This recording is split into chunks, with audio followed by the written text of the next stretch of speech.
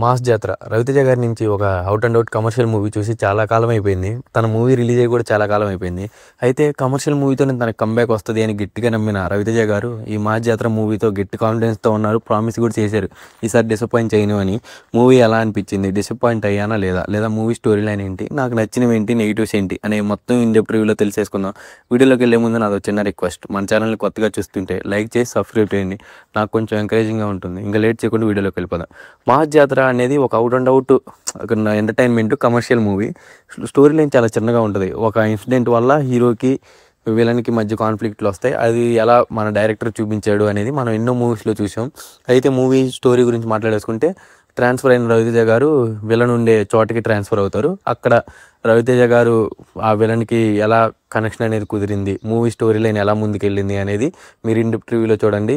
Movie ఎలా అనిపించిందో కూడా కింద కామెంట్ చేసేయండి. అయితే మూవీ స్టార్ట్ అవడం కొద్దిగా స్లోగా స్టార్ట్ అవుద్ది. మూవీ స్టోరీ లైన్ ఒకసారి అందుకున్న తర్వాత అక్కడక్కడ కొంచెం డివేట్ అయినా సరే మూవీ స్టిక్ ఆన్ అయిపోతారు ఇంక స్టోరీ లైన్కి. ఎక్కడ కూడా డైరెక్టర్ డివేట్ అవ్వలేదు అనిపించేసింది. చాలా బాగా హ్యాండిల్ చేశాడు ఇంటర్వెల్ అనిపించేసింది. ఫస్ట్ హాఫ్ కొన్ని కామెడీ సీన్స్ వర్కౌట్ అయ్యాయి, కొన్ని క్రింజ్ అనిపించాయి, కొన్ని ఎందుకు పెట్టారా బాబు అనిపించేటట్టు చేశారు.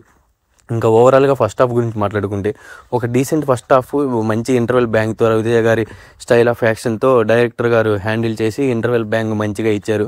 ఇంకా సెకండ్ హాఫ్ స్టార్ట్ అయింది. క్రాక్ మూవీ టైపే ఉంటుంది సెకండ్ హాఫ్. అంటే క్రాక్ మూవీతో ఎప్పుడైతే ఆ కాన్ఫ్లిక్ట్ అనేది ఇంటర్వెల్కి రివీల్ అయిపోద్దో, ఆ ఇద్దరి మధ్య టామ్ అండ్ జెర్రీ గేము, ఈ గేమ్ లాగా మన డైరెక్టర్ దీంట్లో కూడా అలానే రాసుకున్నాడు.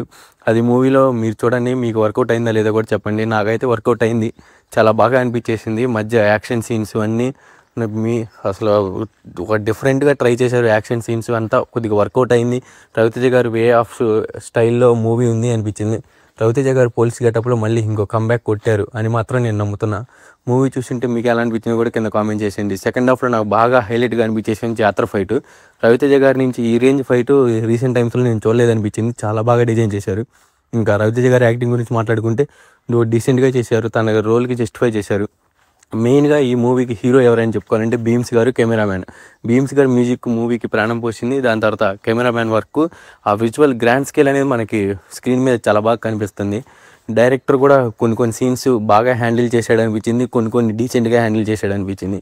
మూవీ చూసింటే మీకు ఎలా అనిపించిందో కూడా కింద కామెంట్ చేసేయండి. ఇంతవరకు చూసారంటే నచ్చే ఉంటుంది కదా, లైక్ చేసి సబ్స్క్రైబ్ చేయండి. Thank you for watching.